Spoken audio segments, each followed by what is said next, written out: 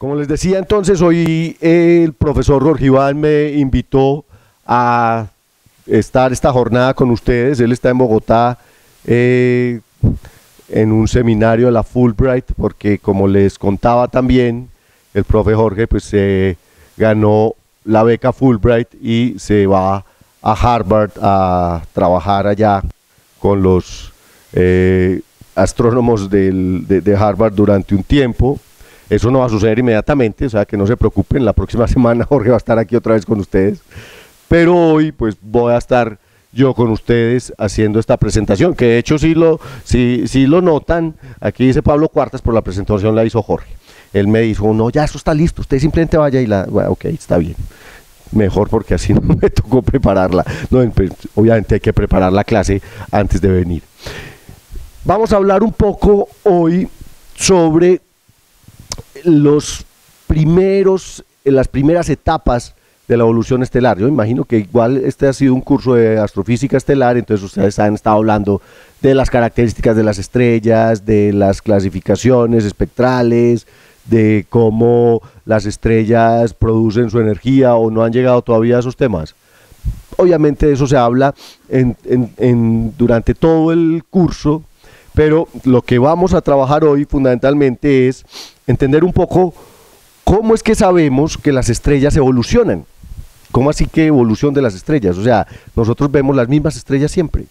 ¿Alguno de ustedes ha visto cambiar una estrella? O sea, que un día una estrella sea amarilla y al otro día sea roja, o que un día una estrella sea azul y al otro día sea verde. Eso a nivel, hola, L. Y más bonito, ¿sí o qué? También, es que yo dije que finalmente le funcionó la cirugía plástica, Jorge. Me interrumpiste, carajo. Entonces les decía que normal, vea este que tan querido, empezó a molestar aquí, y eso irá a pasar todo el tiempo. Espérense un segundito, vamos a corregir eso, porque le voy a quitar. ¿Dónde se hace eso? Por aquí. En las preferencias del sistema vamos a quitarle el tiempo de descanso a esta bendita pantalla. ¿Dónde está? Economizador, es este. Reposo de pantalla en 3 horas. Ahí está. Listo. Ya con eso no me molesta. Claro, si no cada 15 minutos tendría que venir. Bueno, entonces les decía que normalmente nosotros no podemos ver la evolución de las estrellas, no podemos ver ese cambio de las estrellas inmediatamente. Son escalas de tiempo absurdamente diferentes y grandes a las que normalmente los seres humanos manejamos. Y bueno, la primera parte de la jornada de hoy la vamos a dedicar un poco a entender cómo es que los astrónomos, la astronomía, la astrofísica se ha dado cuenta de que en realidad las estrellas cambian en el tiempo y de que las estrellas tienen una evolución. Entonces, básicamente, esto era lo que les decía ahorita, ustedes han estudiado que las estrellas tienen ciertas propiedades observacionales, color, temperatura, luminosidad, ese tipo de cosas. También cómo se constituye una estrella, cómo se conforma el interior estelar a través de los fenómenos físicos y de las fuerzas que la constituyen, la gravedad, la presión, el electromagnetismo, etcétera, etcétera. Y un poco de cómo funciona. Una estrella produce energía a través de la fusión nuclear y esa energía pues escapa a través del interior estelar y luego viaja a través del espacio vacío como radiación electromagnética. Ahora, una cosa es lo que podemos observar a través de la astronomía. La astronomía en realidad siempre fue una ciencia observacional. Hicimos astronomía desde hace miles de años, simplemente a través de la observación del tiempo, y esa observación pues nos permitió todo lo que hemos desarrollado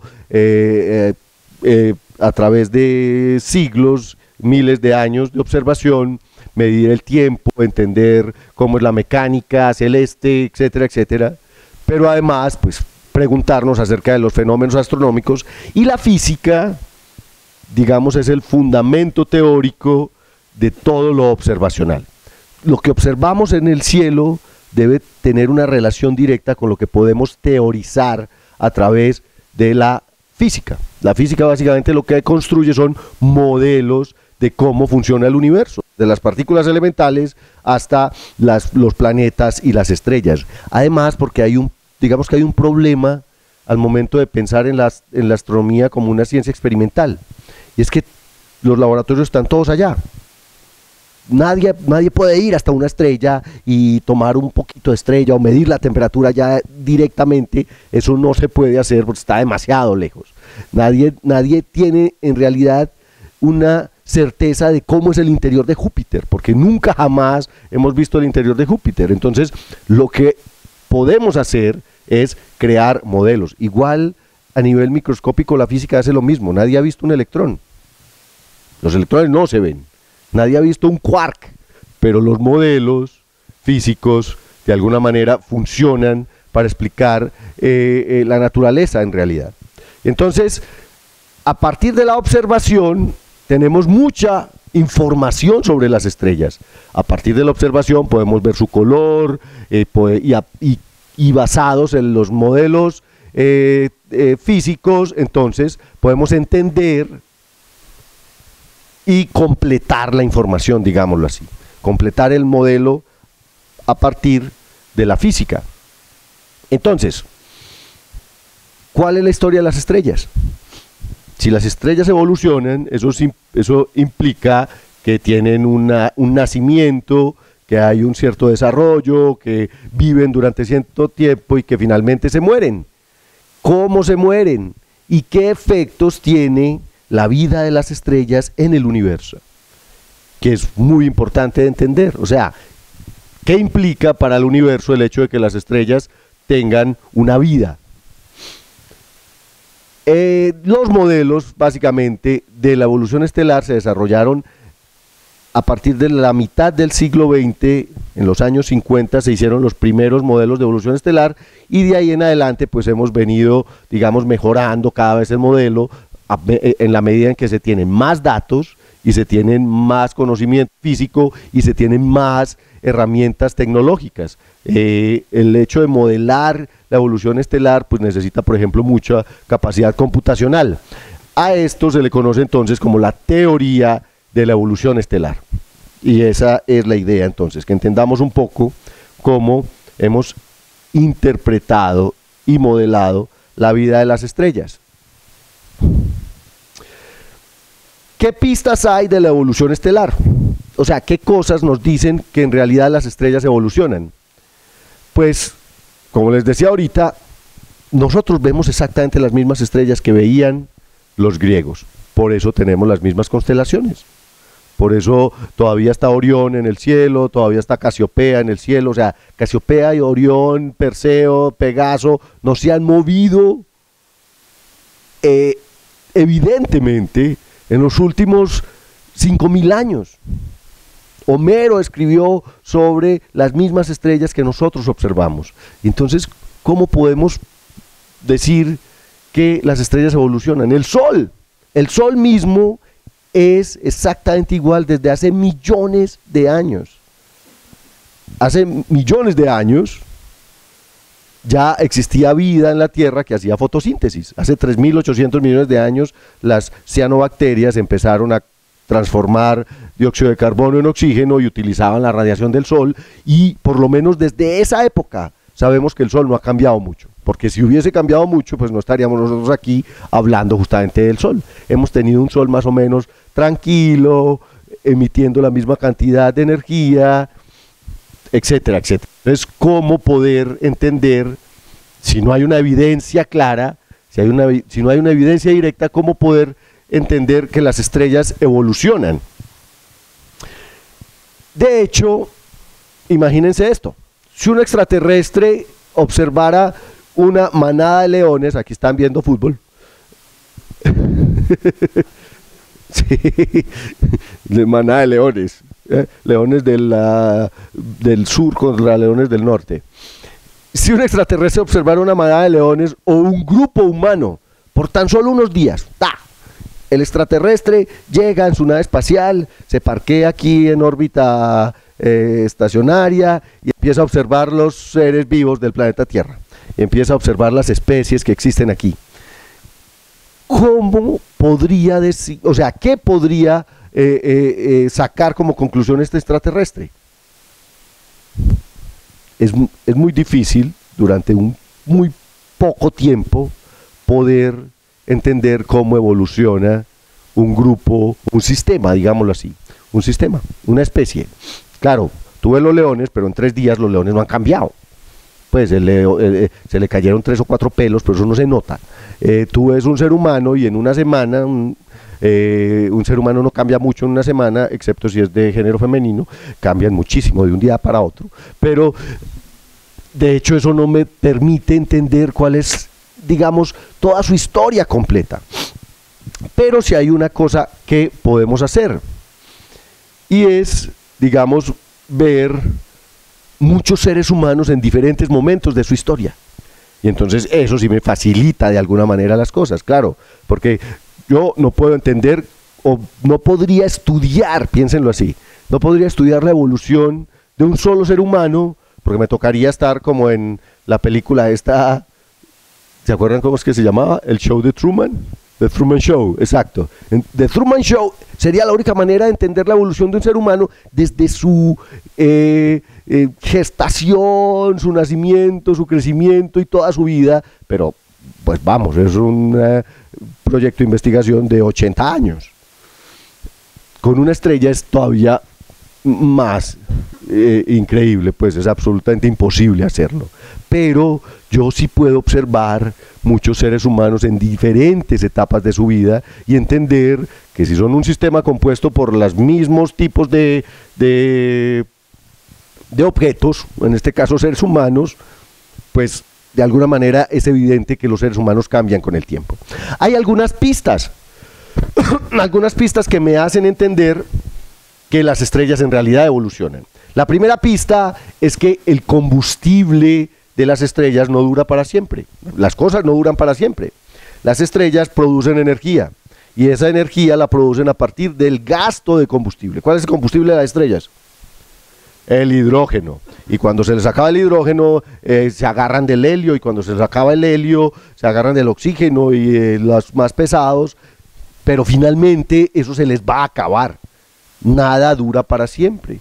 Y entonces las estrellas, como son un sistema cerrado, o sea, no hay nadie que vaya y le eche gasolina a la estrella no puede parar en una estación de hidrógeno y llenarme el tanque o echarme 20,000 pesitos de corriente, eso no puede ser, ¿cierto?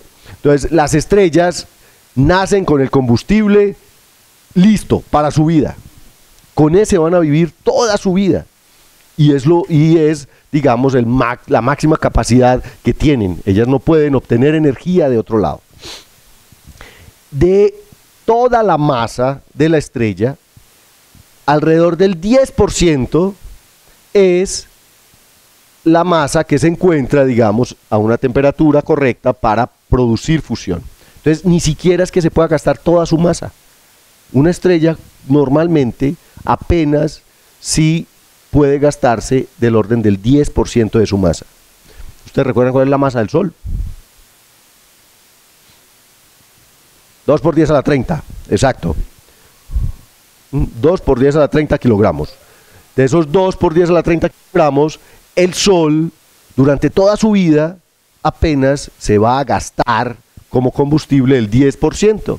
O sea, 2 por 10 a la 29 kilogramos. Esa es la masa, esa es la materia que el Sol puede transformar en energía durante toda su vida. Más o menos. Y entonces, la energía total disponible ni siquiera es toda la masa. Miren esto.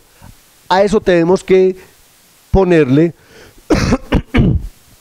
un factor de eficiencia. O sea, en realidad, no toda esa masa se convierte en energía. El 10% está disponible para generar energía. Pero como el proceso no es 100% eficiente, la energía que se libera apenas es del orden del 1% en los procesos de fusión. Y entonces yo puedo calcular la energía total que puede producir el Sol durante su vida, sencillamente teniendo en cuenta cuál es el porcentaje, o digamos, el porcentaje de eficiencia de las reacciones, la masa que tengo disponible, y eso lo multiplico aquí por la ecuación famosa, energía igual a masa por velocidad de la luz al cuadrado. Entonces esto es el 10% de la masa y la velocidad de la luz al cuadrado. Esa es, digámoslo así, la reserva de energía del Sol. Y se puede calcular. Ahí está, ustedes ya tienen la masa del Sol, saben cuál es la velocidad de la luz, multiplican por estos par de factores y eso les va a decir cuánta energía puede producir el Sol. Esa es la idea. Es como si uno pudiera, piensen en esto. Yo ahora estaba viendo la clasificación de Fórmula 1, a mí me encanta Fórmula 1. Y entonces, en las reglas nuevas de Fórmula 1, los carros solo pueden tener una tanqueada por carrera.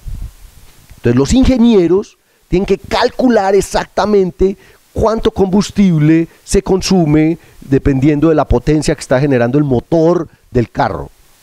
Son unos berracos. Y entonces ellos tienen que saber antes de la carrera exactamente con cuánta energía pueden contar con un solo tanque de combustible. Es exactamente lo mismo. Una estrella cuenta con una cierta cantidad de combustible y es la única con la que puede contar.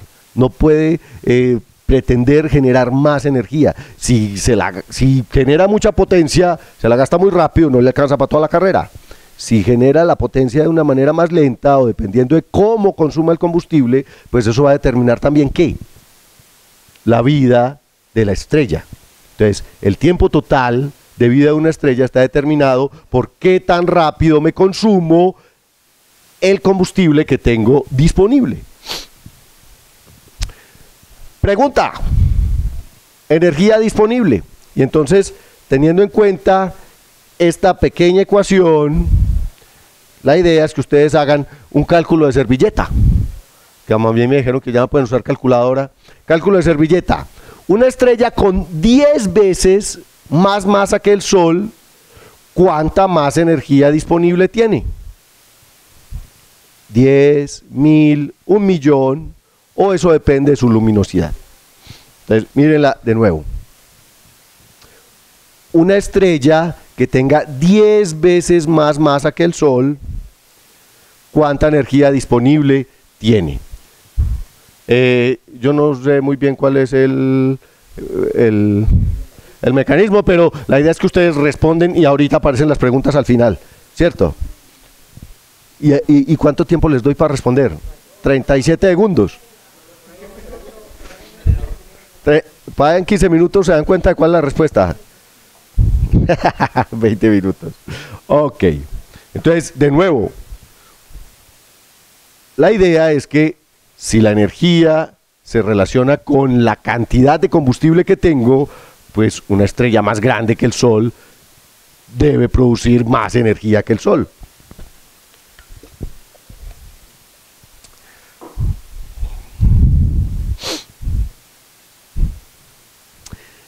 Otras pistas sobre la evolución estelar, otras pistas sobre el hecho de que las estrellas evolucionan y que el combustible no dura para siempre. Hay una relación directa entre la masa de la estrella y su luminosidad. Esto es una cosa fantástica porque casi todas estas leyes que relacionan masa, luminosidad, temperatura, luminosidad, etcétera, etcétera. Bueno, el diagrama Hertzsprung-Russell lo descubrieron dos señores. Pero muchas de estas características, dime.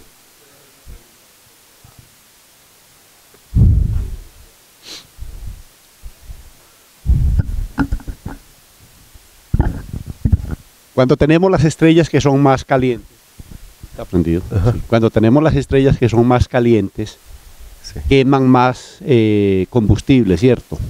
Entonces hay estrellas más calientes, estrellas más frías, estrellas más grandes con mayor presión y estrellas con menor presión. Esa eficiencia del 0.01 en realidad es un valor común para todas las estrellas, o esa eficiencia aumenta, cambia mucho de estrella a estrella. Depende de la estrella. Eso es una muy buena pregunta. No, esa eficiencia es la misma para todas. ¿Por qué? Porque depende de la forma en que transformas energía. En principio esa es la eficiencia para una estrella como el Sol, que produce energía a través de fusionar hidrógeno y convertirlo en helio. Pero hay dos maneras de convertir hidrógeno en helio.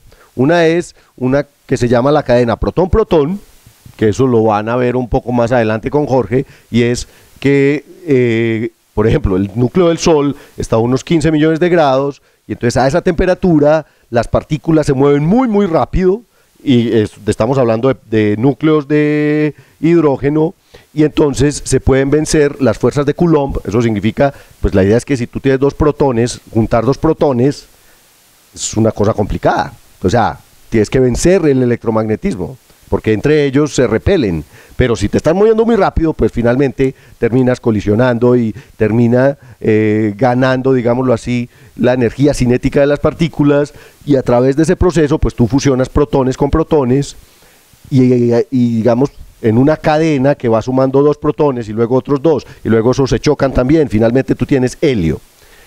Ese proceso, el que es del orden del 1% eficiente. O sea, la idea es, teniendo en cuenta la ecuación de Einstein, en donde la energía equivale a la materia que tienes por la velocidad de la luz al cuadrado, en realidad no toda la materia se convierte en energía. Tú empiezas con 4 protones, o sea, 4 núcleos de hidrógeno, y al final terminas con un núcleo de helio que es menos pesado que los 4 que tenías originalmente. ¿Dónde se fue la masa que se perdió? Esa masa es la que se convierte en energía, y ese es el 0.01%. Entonces, ese es un factor que es constante para todas las estrellas que producen energía de la misma manera. Hay otro tipo de fusión de hidrógeno, que es la cadena carbono, nitrógeno, oxígeno, que es otra manera de hacerlo, y esa tiene otra eficiencia, pero en general es del mismo orden. Entonces, muy buena pregunta. En realidad la eficiencia no depende de la estrella, depende de la manera en que transforma materia, masa, en energía. Esa es digamos que es una cuestión que tenemos que tener en cuenta. Ahora, entonces volvamos a este asunto. Les decía que muchas de estas leyes fueron descubiertas por las chicas de Harvard. ¿Ustedes vieron Cosmos en estos días? Cecilia Payne y todas estas señoras, Jam Cannon, etcétera, etcétera, que para mí son unas tromas fantásticas, pero pues con una historia ahí muy triste, medio pues de género, pues porque no las dejaban estudiar, eran casi como medio esclavas allá metidas en esa salita, revisando placas fotográficas, etcétera, etcétera. Bueno, la idea es, existe una relación que es evidente entre la luminosidad, o sea, la energía que produce una estrella, medida desde la fuente, y la masa de la estrella, y eso perfectamente se nota aquí. Aquí vemos como la luminosidad depende de la masa. Para una estrella de una masa, la luminosidad es 1, y por eso es que el Sol está por aquí. Pero estrellas que son más masivas, una estrella 10 veces más masiva que el Sol, tendría una luminosidad que es del orden de los miles de veces más luminoso que el Sol. Incluso más allá, pues tenemos estrellas que son cientos de miles o millones de veces más luminosas que el Sol. La luminosidad, ¿qué mide? Recuerden que la luminosidad es una medida de energía o de potencia que es por unidad de tiempo. Entonces, ¿cuánta energía consumo por unidad de tiempo? Eso significa que me mide a qué ritmo se está consumiendo el combustible. La potencia del carro, es lo que decíamos ahora. Un carro que está generando 80 caballos de potencia consume cierta cantidad de gasolina, pero un carro que genera 300 caballos de potencia tiene que consumir más rápido el combustible para poder generar esa mayor potencia. Exactamente sucede lo mismo con las estrellas. Las estrellas que producen más luminosidad, las estrellas más luminosas, están consumiendo combustible más rápidamente. Otra pista. ¿Cuánto tiempo entonces dura el combustible? ¿Será que el combustible me alcanza para toda la carrera? ¿Cuánto tiempo puedo yo estar gastándome mi masa, mi materia, a cierto ritmo, dependiendo de la masa que tengo? Pues ese tiempo se puede calcular.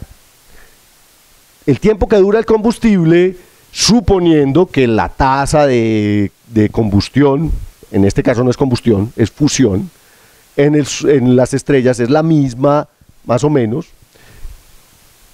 tiene que ver con la energía disponible y eso lo dividimos por la luminosidad. Claro, porque la luminosidad me dice qué tan rápido me la consumo. Entonces yo tengo esta y esto me dice qué tan rápido me la gasto. Eso me da el tiempo de gasto. ¿Sí o qué? ¿En cuánto tiempo me puedo gastar yo la energía que tengo disponible? Ahora, esta energía disponible ya vimos que depende de un factor F, que era el 10%, más el 0.01% por el 10% de la masa, etcétera, etcétera, por la masa de la estrella y por la velocidad de la luz, y la luminosidad depende de una constante que conocemos como la constante de Boltzmann y de la masa elevada a la 3.5. Esto tiene que ver con la teoría termodinámica y con la energía relacionada con una cierta cantidad de materia. Y entonces, si una estrella tiene 2 veces más masa que otra, eso significa que tiene el doble de energía disponible. Pero ojo, como la luminosidad depende de la masa a la 3.5, quema la energía 12 veces más rápido. Entonces, puede tener el doble de energía disponible, pero el hecho de tener el doble de energía disponible, el hecho de tener el doble de masa, significa que quema, se gasta la energía muchísimo más rápido. Va a vivir 6 veces menos tiempo. Sí. ¿Con cuáles numeritos?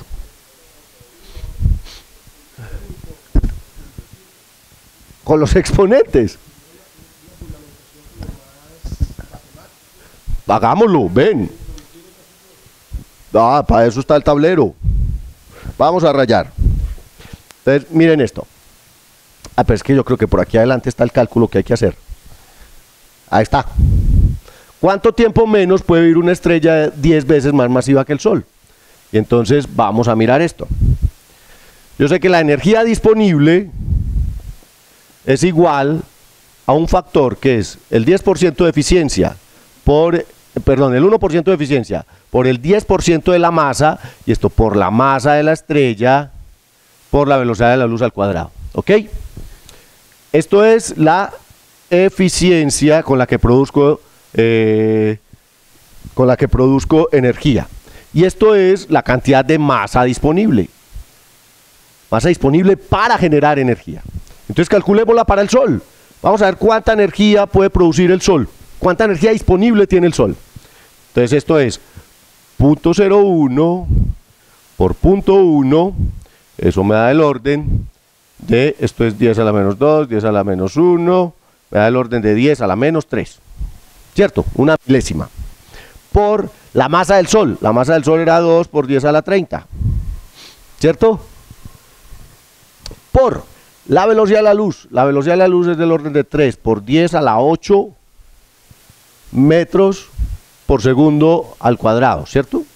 Metros por segundo. Y esto lo elevamos al cuadrado. Pongámosle todos estos unos para que no nos compliquemos. La energía del Sol es 2 por 10 a la 30 y 10 a la menos 3. Esto me da 2 por 10 a la menos 27. Y esto aquí es 2 por 3 por 10 a la 8. Pero a la 8 está al cuadrado, entonces esto me da del orden de 10 a la 16.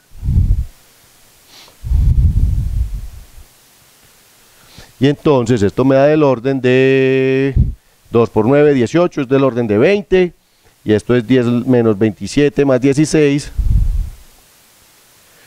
Esto es... No, espérate.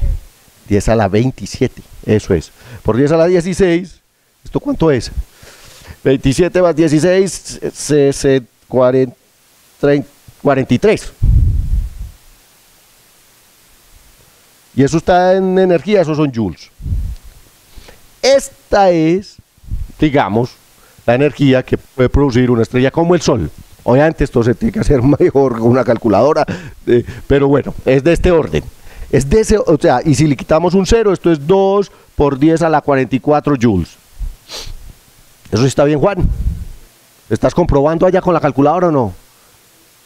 ¿Estás calificando? Saca la calculadora, cabezón. Ellos no pueden calcular, pero vos sí. ¿Cuánto? Ah, estoy bien. Pucha, esta Casio todavía funciona. Ok, este es para el sol. Pero ahora calculemos la luminosidad del sol. Bueno, para que ahorita vamos a calcular el tiempo. La luminosidad es del orden de... esa K es... ¿Quién se acuerda de la constante de Boltzmann? Rafa. 5.97 por 10 a la menos ¿qué? 10 a la menos 8. 6 por 10 a la menos 8. Esa K es del orden de 6 por 10 a la menos 8. Si tengo buena memoria. Entonces miren esto. La luminosidad es del orden de 6 por 10 a la menos 8. Del orden. Entonces pongámoslo así. Y esto por la masa del Sol. 2 por 10 a la 30. A la 3.5. Ay, pues pucha, le voy a dar a la 3.5 y así me queda muy de para arriba. Pero bueno, no importa. Esto es 30 por 3.5. Me da 70, 105 a la 10.5 menos 8. Uy, pucha, espérense un segundito. Esto es 12. No, todavía no. Esto es 2 a la 3.5. 2 a la 3 es 2 por 2, 4 por 2, 8. Y a la 4 es 16. Eso me da entre la mitad. Me da como 12 por 6. Me da el orden de 70. Esto es del orden de unos 70. Y esto es 30 por 3, 90 por punto 5. 105. 105. Y entonces eso, hijo de pucha. 105 y... espérate, sí. Sí, esto es 105. Y esto es... Sí, carajo. No, del orden de 70 por 10 a la 97. 10 a la 98. ¿Alguien lo hizo en la calculadora? ¿O no? Y esto es luminosidad. O sea que estos son watts. Esos son joules por segundo. ¿Sí o qué? Si yo quiero calcular el tiempo... Jorge me va a regañar porque les estoy haciendo la tarea. Si yo quiero calcular el tiempo, entonces simplemente el tiempo es, yo tengo esta energía disponible. Uy, pero esto no me va a dar. Aquí debe haber un error en algún lado. Esta constante de Boltzmann debe ser otra cosa.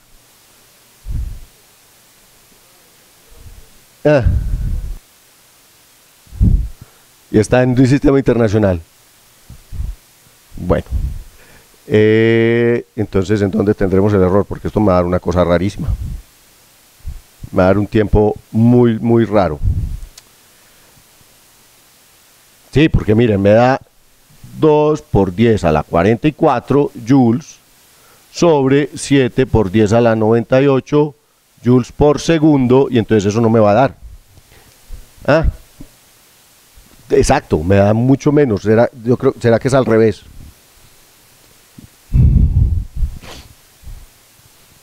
De pronto tenemos un error aquí en esta energía disponible.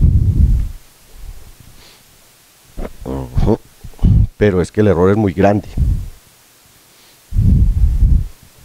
Yo creo que el problema está en esta constante. Pero espérate, es que aquí también está incluida la temperatura. Esa es la temperatura a la 4. En el K también está incluida la temperatura.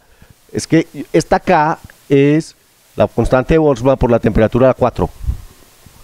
Y la temperatura son de 6000 grados. Entonces nos falta multiplicar por algo aquí. Esperen si verá. Esto está bien. 3 a la 5, 3.5. Y aquí tenemos que multiplicar por el 6000, o sea 6 por 10 a la 3. Y esto a la 4. Y entonces por ahí de pronto es el... No, porque entonces esto nos va a dar más grande todavía.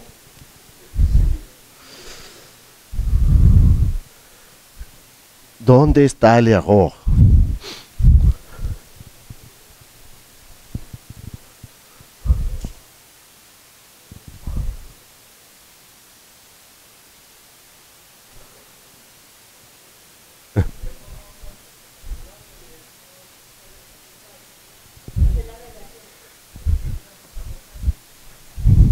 ¿A qué te refieres con ir cancelando términos? Ah, las masas, por ejemplo. Exacto. O sea, tú tienes esto. Tú tienes una f m c al cuadrado sobre una k m a la 3.5. Entonces esto es una f c al cuadrado sobre k, que es una constante, que no sé cuánto vale, Juan, calcúlala, por m a la menos 2.5. Sí, eso me da m a la menos 2.5.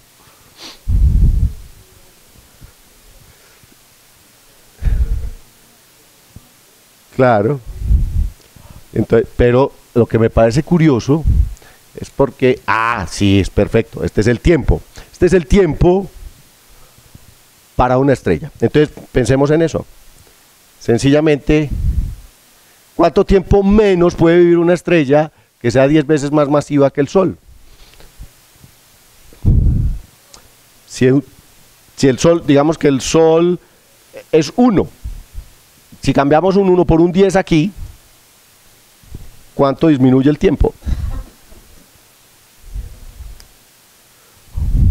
Claro, una cosa es 1 a la menos 2.5, otra cosa es 10 a la menos 2.5. ¿Ya lo hiciste?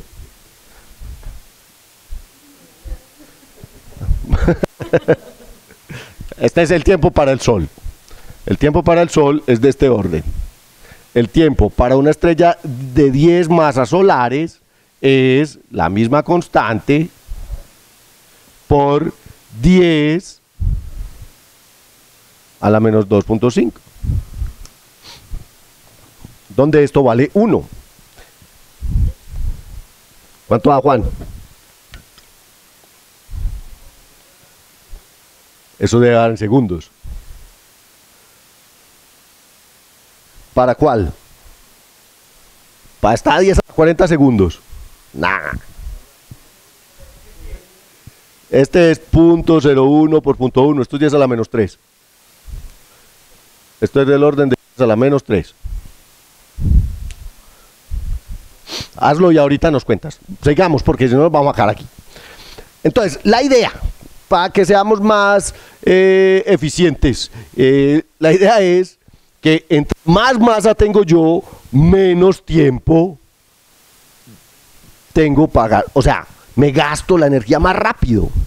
Más masa significa más luminosidad significa gastarse el combustible mucho más rápido. Las estrellas más pequeñas viven más tiempo. Las estrellas más grandes viven menos tiempo. Ahorita nos dices cuánto da eso. Ahora, para el Sol, ya calculaste la del Sol, Juan. Para el Sol, ese tiempo bien calculado, o sea, con los números correctos, es del orden de los 10.000 millones de años. Si yo calculo este tiempo para el Sol, ese tiempo es del orden de los 10.000 millones de años. Para una estrella, ya lo acababa de hacer, me adelanté. Para una estrella cualquiera, el tiempo es del orden de fc cuadrado sobre k por m a la menos 2.5. Ahí está. Para el Sol es, el tiempo para el Sol es este exactamente. Si nosotros dividimos estos dos, el tiempo para cualquier estrella, el tiempo de vida de cualquier estrella va a ser igual al tiempo de vida del Sol por la masa de la estrella sobre la masa del Sol, y esto elevado a la menos 2.5. Entonces, sencillamente, si yo tengo una estrella que es 10 veces más masiva, elevo 10 a la menos 2.5, lo multiplico por 10 gigayears y eso me da el tiempo que va a vivir esa estrella.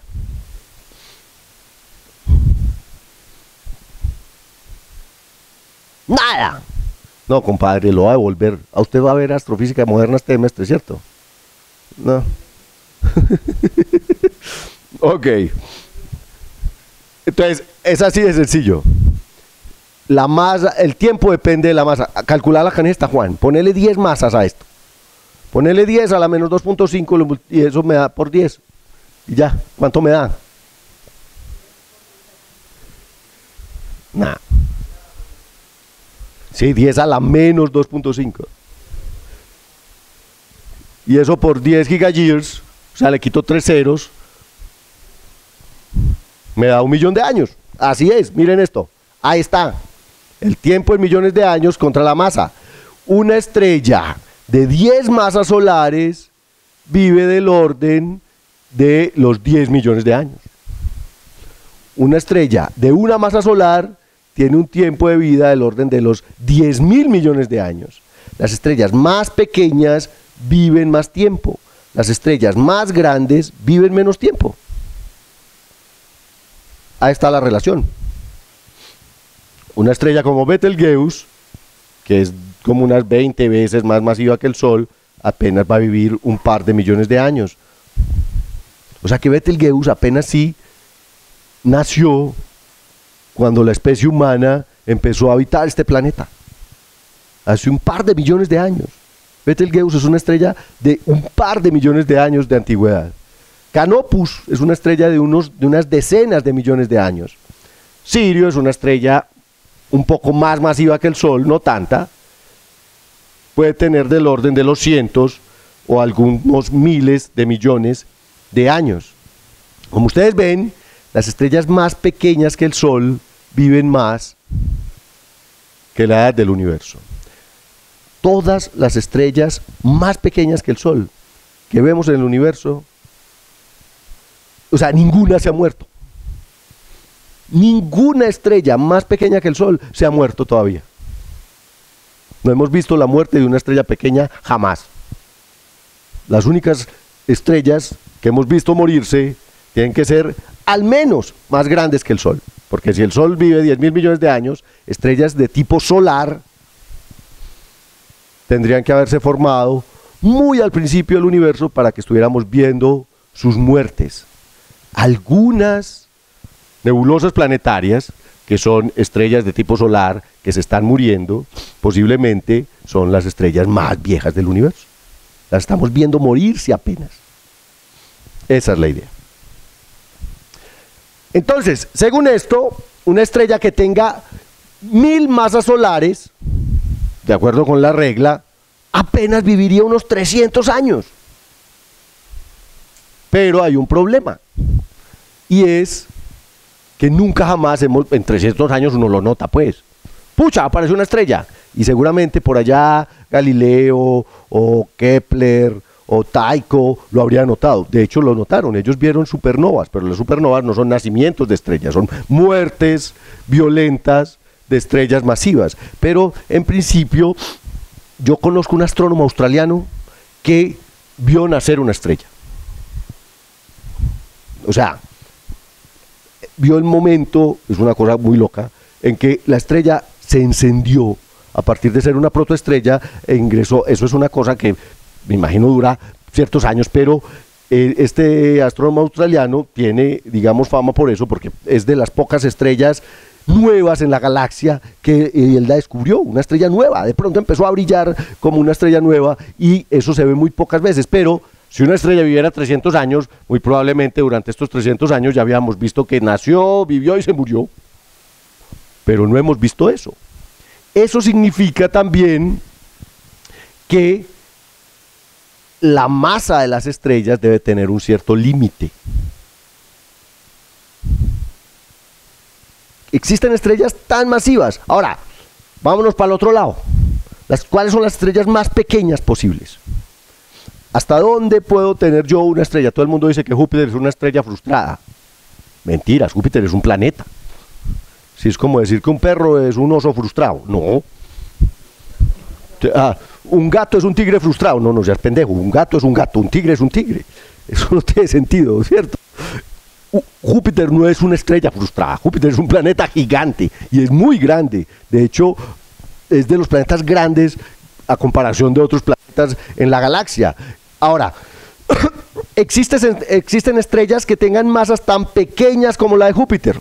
Entonces ahí podríamos decir, entonces es que a Júpiter le faltó un centavo para el peso, como dicen por ahí, los 5 centavitos. No.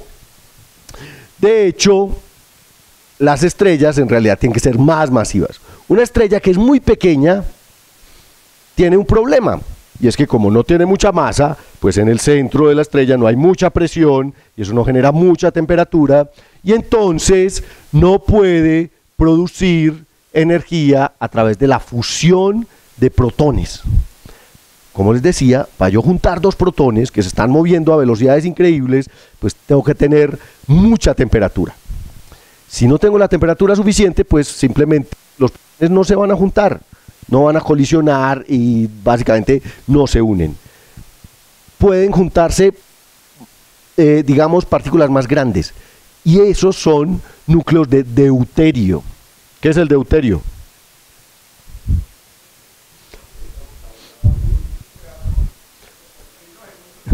Es un isótopo del hidrógeno. El deuterio es un hidrógeno que está pegado con un neutrino, con un neutrón.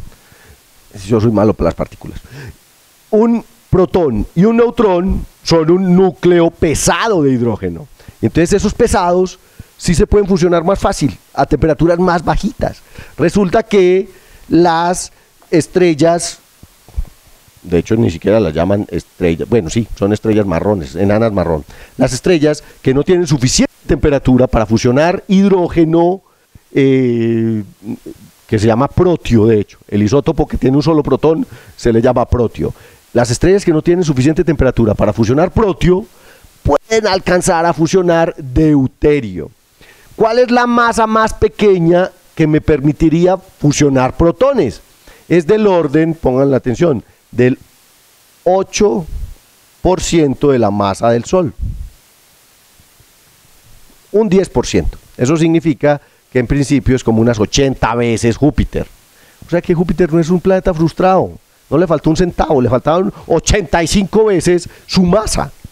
O sea, no es que, si Júpiter hubiera tenido el 20% más de masa. No, necesitaba ser 85 veces más masivo. Júpiter jamás, de los jamases, iba siquiera a tener oportunidad de ser estrella. Pero, entonces, si hay estrellas pequeñitas, estrellas del orden de las decenas o centenas de masas de Júpiter.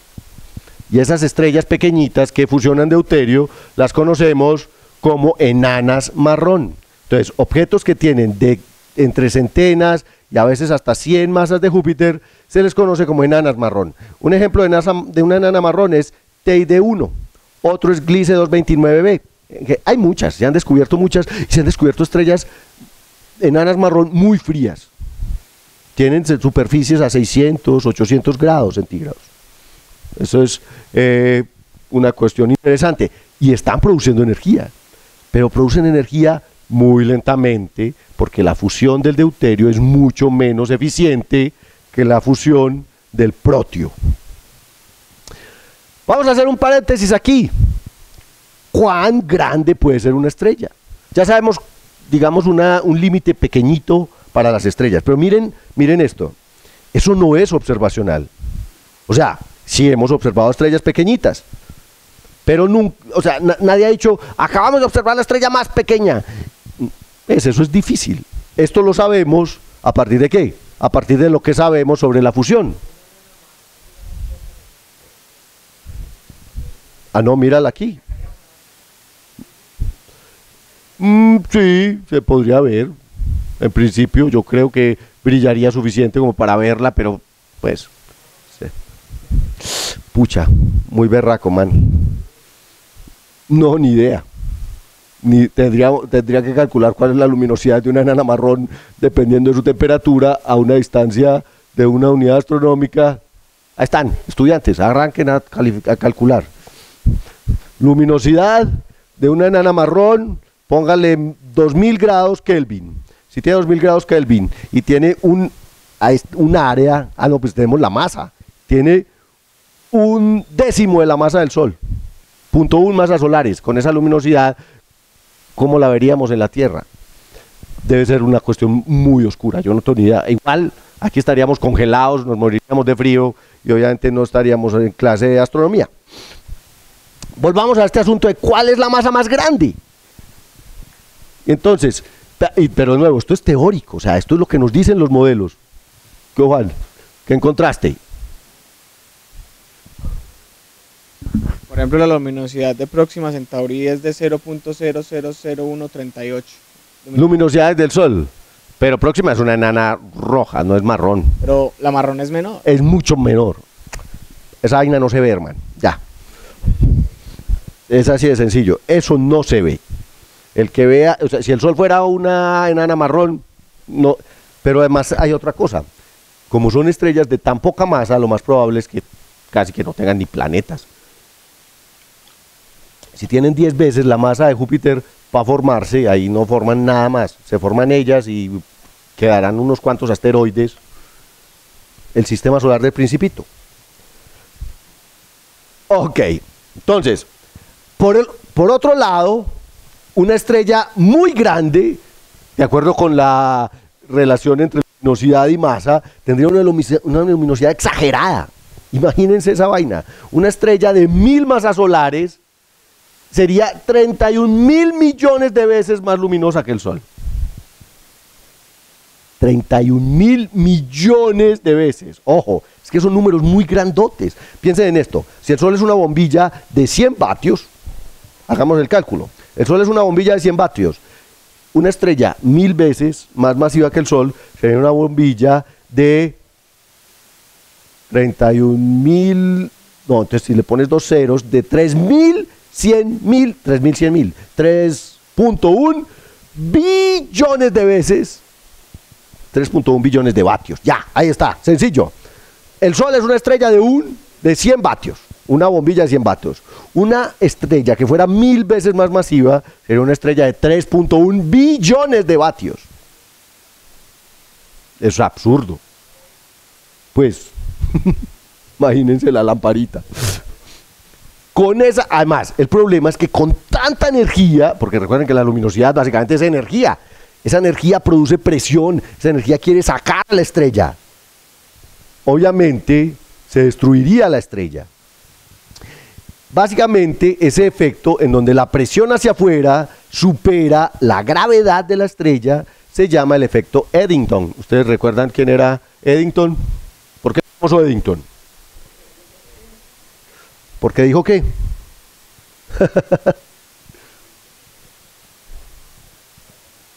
Eddington observó la curvatura de la luz causada por la materia que había predicho Einstein. Entonces, Eddington probó observacionalmente la relatividad general de Einstein en 1919. Pues el señor Eddington también calculó este límite de masa para las estrellas. Ese límite de Eddington me calcula cuál es la máxima luminosidad para un objeto como una estrella, y es del orden de 30.000 veces la luminosidad del Sol multiplicado por la masa. Entonces, esa luminosidad debe ser menor a esto. Depende de la masa. Entonces, tengo que la luminosidad depende de la masa. Eso significa que en principio la luminosidad debe ser de este orden.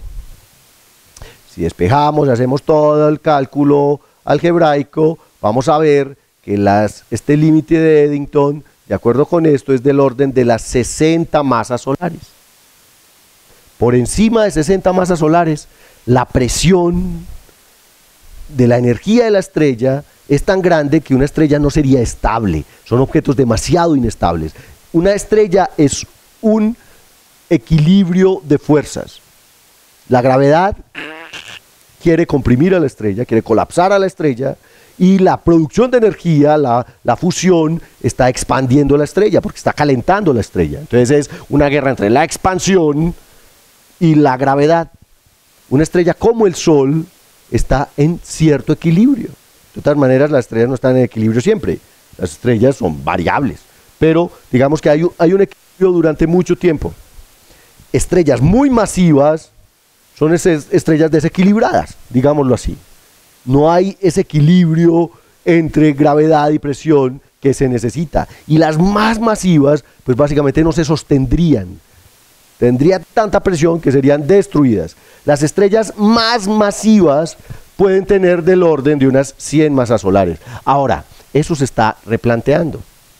Hay que mejorar muchísimo estos modelos de evolución porque se están encontrando estrellas hipermasivas. Eta Carinae. ¿Alguien sabe cuál es la masa de Eta Carinae? Primero, ¿saben cuál es Eta Carinae o no? Es muy famosa, ¿sí o qué? ¿Ah? Va a ser una hipernova cuando explote. Eta Carinae tiene como 150 masas solares. ¿Cierto? Es una cosa absurda. 150 masas solares, eso está por encima del límite de Eddington. Pero hemos visto que es inestable. En el siglo pasado, y por eso se hizo famosa Eta Carinae, Eta Carinae era una estrella ahí, tranquilita, y de pronto, básicamente, escupió. ¡Fua! Una emisión grotesca de materia que la convirtió por un tiempo en la estrella más brillante del cielo. Por eso se hizo famosa. Ahora, Eta Carinae no es visible a simple vista, ¿o sí, Juan? No, pero a finales del siglo XIX fue visible a simple vista y era más brillante que Sirio. Y no fue que explotó, no, simplemente fue un erupto. Porque claro, estaba tan rellena de gases, es literal, que botó una cantidad de materia y se hizo más brillante que el resto por un momento. Entonces no podemos tener estrellas absurdamente gigantescas. Profe, dime.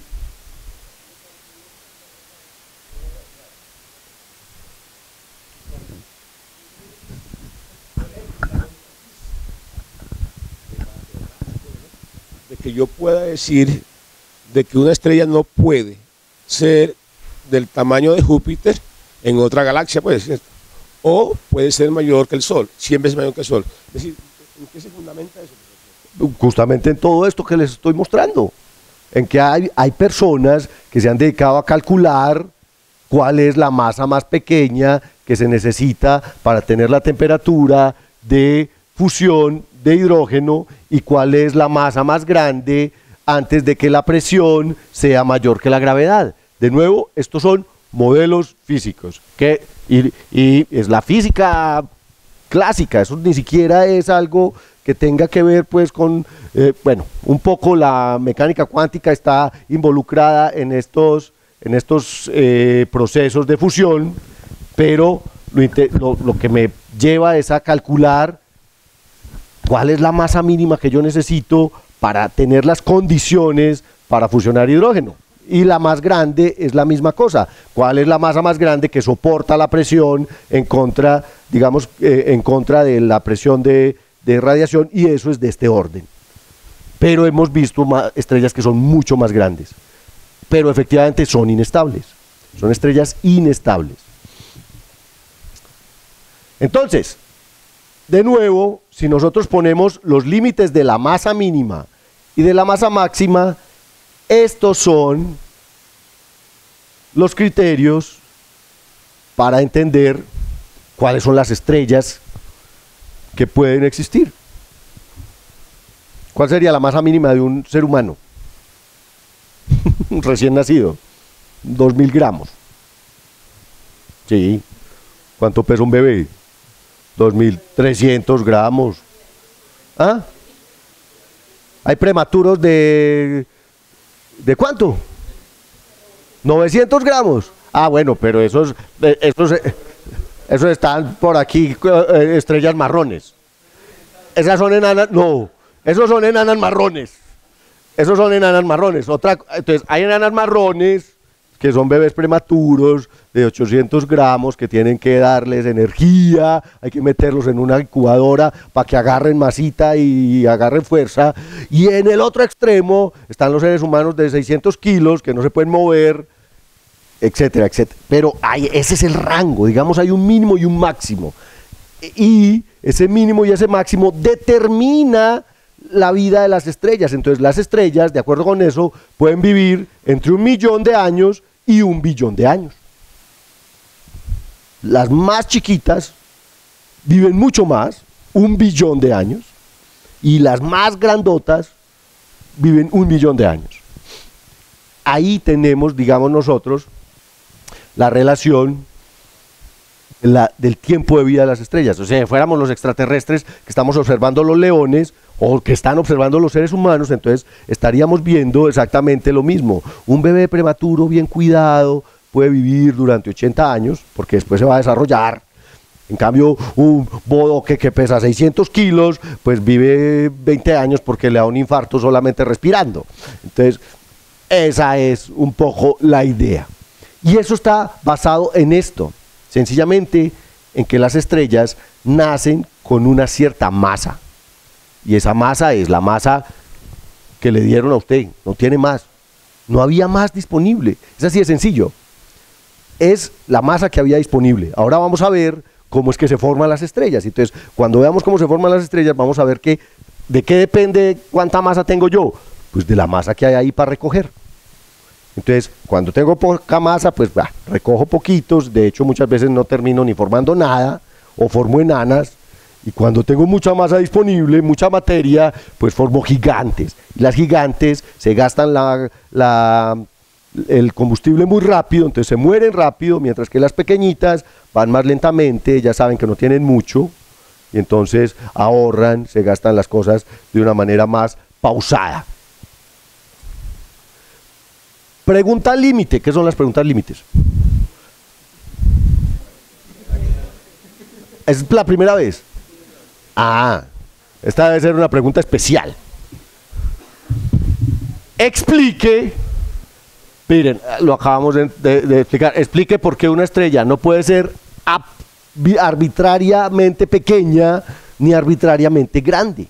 ¿Por qué debe haber un límite de masa para las estrellas? Explique. A pregunta. Ah, ok. No, pero yo creo que esto se lo acabo de inventar Jorge, para enredarme más la vida. Y a ustedes, pues, porque nunca nos habían hecho preguntas límites, ¿sí o qué? Sencillamente, de acuerdo con lo que acabamos de ver.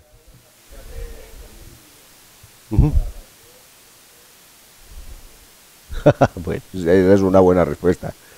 Yo creo que el límite es eso, sin salirse del tema. Ah, es lo único que les falta. Lástima, se pierden esa parte. Porque de la vida lo más divertido es la reproducción, ¿no?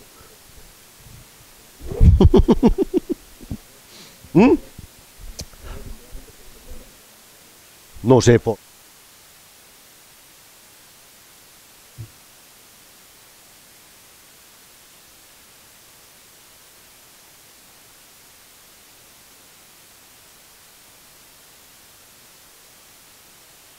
Hora de siempre.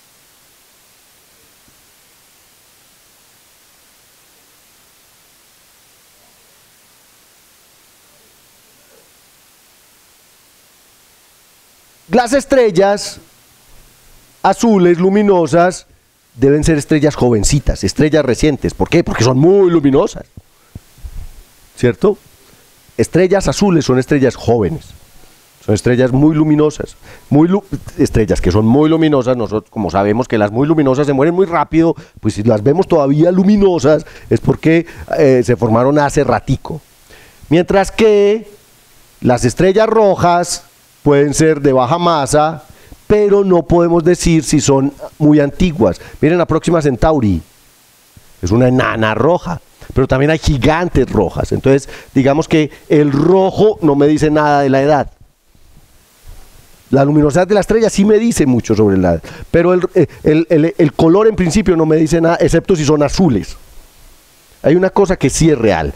Todas las estrellas azules son jóvenes, pero no todas las estrellas rojas son viejas. ¿Ok? Todas las estrellas azules son jóvenes, pero no todas las estrellas rojas son viejas, porque las estrellas rojas pueden ser enanas y pueden ser viejísimas, o gigantes rojas. Ahora, ahí hay una cosa, digamos, que es como la edad biológica. Ustedes no veían un programa de estos realities en donde les medían la edad biológica a las personas. Que es, claro, si usted fuma, bebe, es un parrandero, no duerme, a los 15 años parece un viejito de 70. Eso le pasa a las estrellas gigantes. Las estrellas que son muy masivas se envejecen muy rápido, se convierten en gigantes rojas muy rápido. Entonces uno puede decir, es que esa es una estrella joven. Betelgeuse tiene 2 millones de años y ya se está muriendo. ¿Ah? Pero ese no era en juegos mentales, ese en otro. Es en Home and Health. Estoy haciendo propaganda. Sí, porque hacían intervenciones en estos muchachos parranderos, jugadores que se la pasan en la calle. Entonces, hombre, vea, le vamos a hacer una evaluación de su estado físico. ¿Cuál estado físico? La verdadera edad. Entonces, tiene el corazón de un viejito de 74, tiene los riñones de un viejito de 88, tiene el hígado ya no tiene hígado, etcétera. Entonces, es exactamente lo mismo. Se gastaron la vida muy rápido. Igual le pasa a las estrellas muy masivas. Betelgeuse, a pesar de ser una estrella joven, porque tiene 2 millones de años, ya se está muriendo. Entonces, digamos que el rojo no nos indica mucho. Si son muy grandotas, sí sabemos que pues, son jóvenes envejecidos prematuramente, digámoslo así. Ahora, otra pista que nos da la observación, y este es el diagrama de Hertzsprung-Russell, donde se relaciona la luminosidad con la temperatura.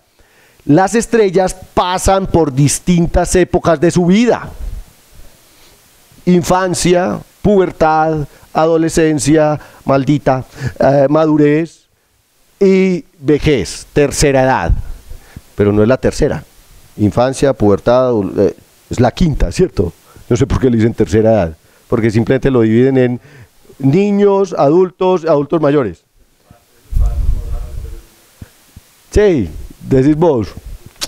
Es una sola. Entonces, por ahí dicen que uno es tan viejo como se siente, ¿cierto? Si yo tengo alma de niño, ¿qué va?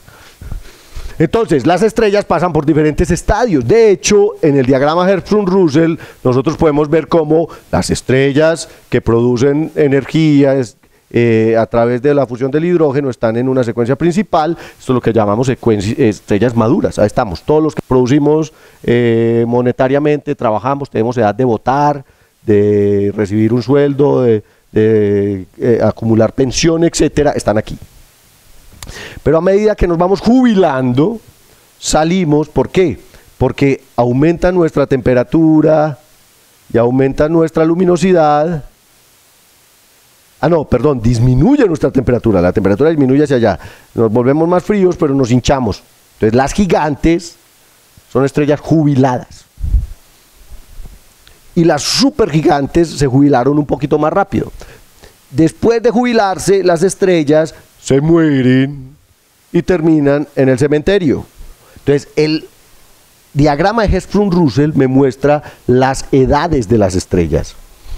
Aquí está pero solamente después de la madurez. Aquí no muestran adolescencia ni infancia. Ahorita les voy a mostrar la adolescencia y la infancia dónde están. Pero aquí está la madurez de las estrellas. Aquí está el asilo. Y aquí está el cementerio. Es fácil.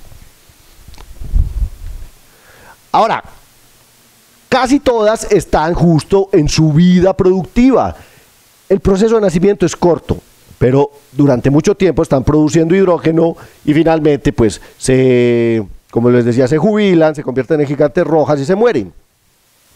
Pero lo más interesante es que la mayoría, ¿dónde está la mayor parte de la humanidad? En su etapa productiva.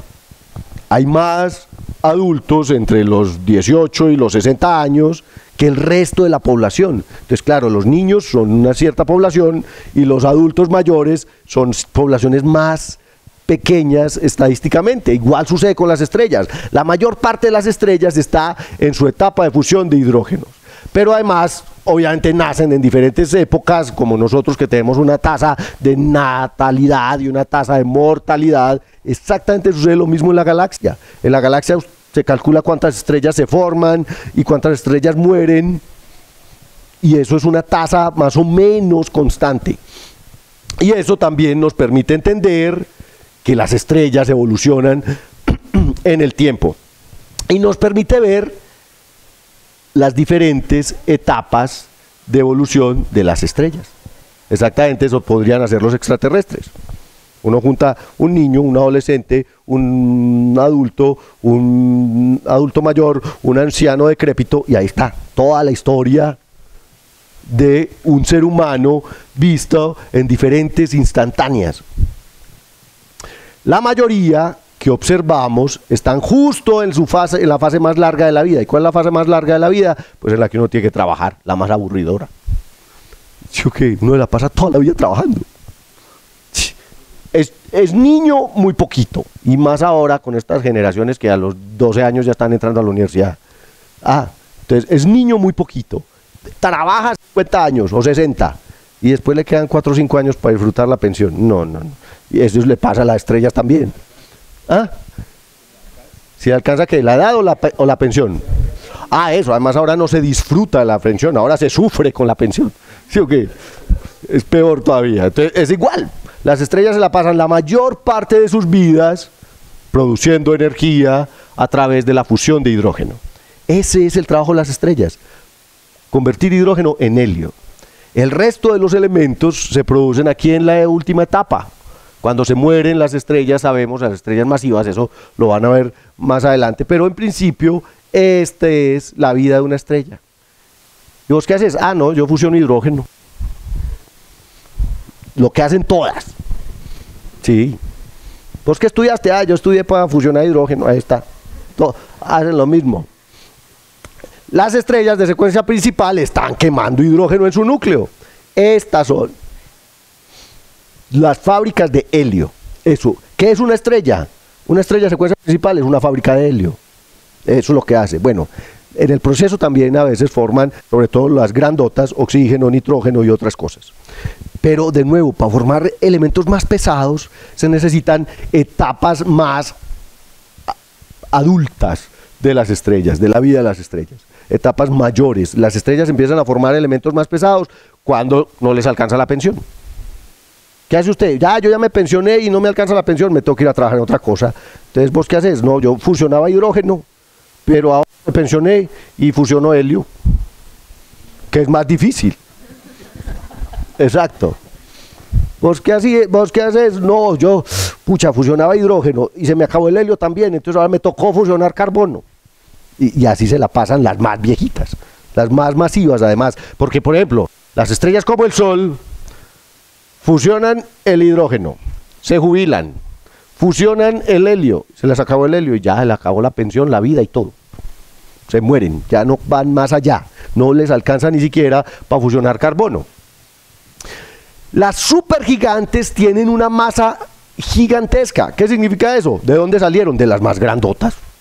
Las supergigantes eran estrellas azules, muy luminosas, que al evolucionar se convierten en supergigantes. Antares, Betelgeuse. Eran gigantes azules que se convirtieron en supergigantes rojas. Porque la mayoría, como la mayoría de los seres humanos, simplemente evolucionan en gigantes, no supergigantes, no, gigantes.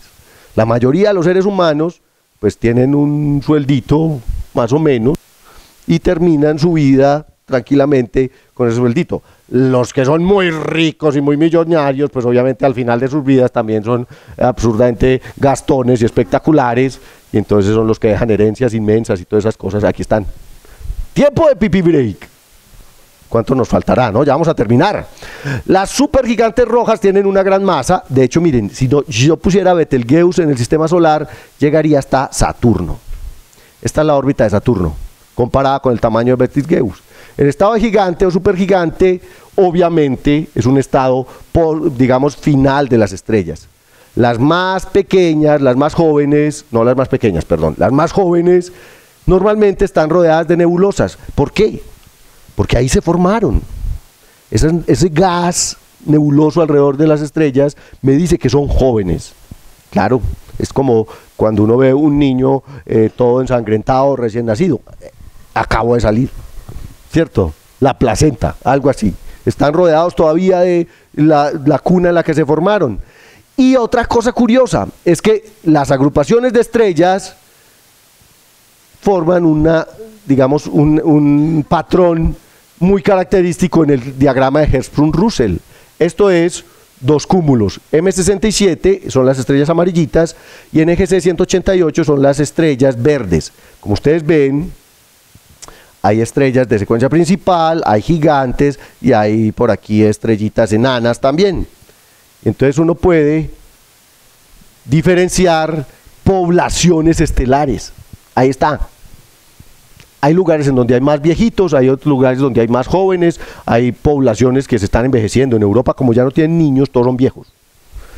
Mientras que en Sudamérica, como todos tienen niños, todos son jóvenes. Claro que se mueren rápido porque aquí tenemos unos problemas sociales los berracos. Pero es algo así. Hay lugares en la galaxia donde todas las estrellas ya están viejitas y se salieron de la secuencia principal. Y hay otras, como las Pléyades o Pracefae, que es otro conjunto, donde todas, la mayoría, están en la secuencia principal. O Persei, etcétera, etcétera. Entonces uno puede, aunque hay un pequeño brazo de Persei que ya son gigantes, gigantes rojas. Pero entonces, esto me da una idea de cuál es la edad de esa población. Y los grupos estelares tienen más o menos la misma edad. Por ejemplo, pregunta, ¿cuál de estos dos cúmulos es más viejo? Este es M5 y este son las Pléyades. ¿Por qué? Pero lo respondieron así de una. Ah, porque yo lo conozco desde hace más tiempo. ¿Cierto? A mí me hablaron primero de M5 que de las Pléyades. ¿Por qué M5 es más viejo que las Pléyades de acuerdo con el diagrama de Hertzsprung-Russell? Porque tengo más gigantes y tengo más muertos. Miren, este es el cementerio. Estos son enanas y tengo gigantes y aquí pues básicamente no hay secuencia principal. ¿Cuál es la secuencia principal? M5 es un centro vacacional de jubilados. El estado de la Florida. ¿Sí o qué? Mientras que las Pléyades, mírenlas, están todas en la secuencia principal. Acá están todas produciendo energía. Soluciona las preguntas y nos vamos a hacer pipí. ¿Cuánta energía disponible tiene una estrella que sea 10 veces más masiva que el Sol? Pues tiene 10 veces más energía disponible, porque la energía es directamente proporcional a la masa. ¿Ok? La edad. ¿Cuántas veces menos vive una estrella 10 veces más masiva? Unas 300 veces menos. ¿Sí calculaste finalmente o no? No, nunca supe que era eso. ¿Qué? No importa, calculala con esta. ¿Cuánto te dio a ti? 316, ahí está. 5 para usted, 0 para usted. Pregunta límite. Pregunta límite era la que nos pusieron ahorita. No puede ser muy pequeña porque no alcanzaría la temperatura para la fusión, ni demasiado grande porque obviamente la presión y la energía la desbarataría. ¿Tienen preguntas?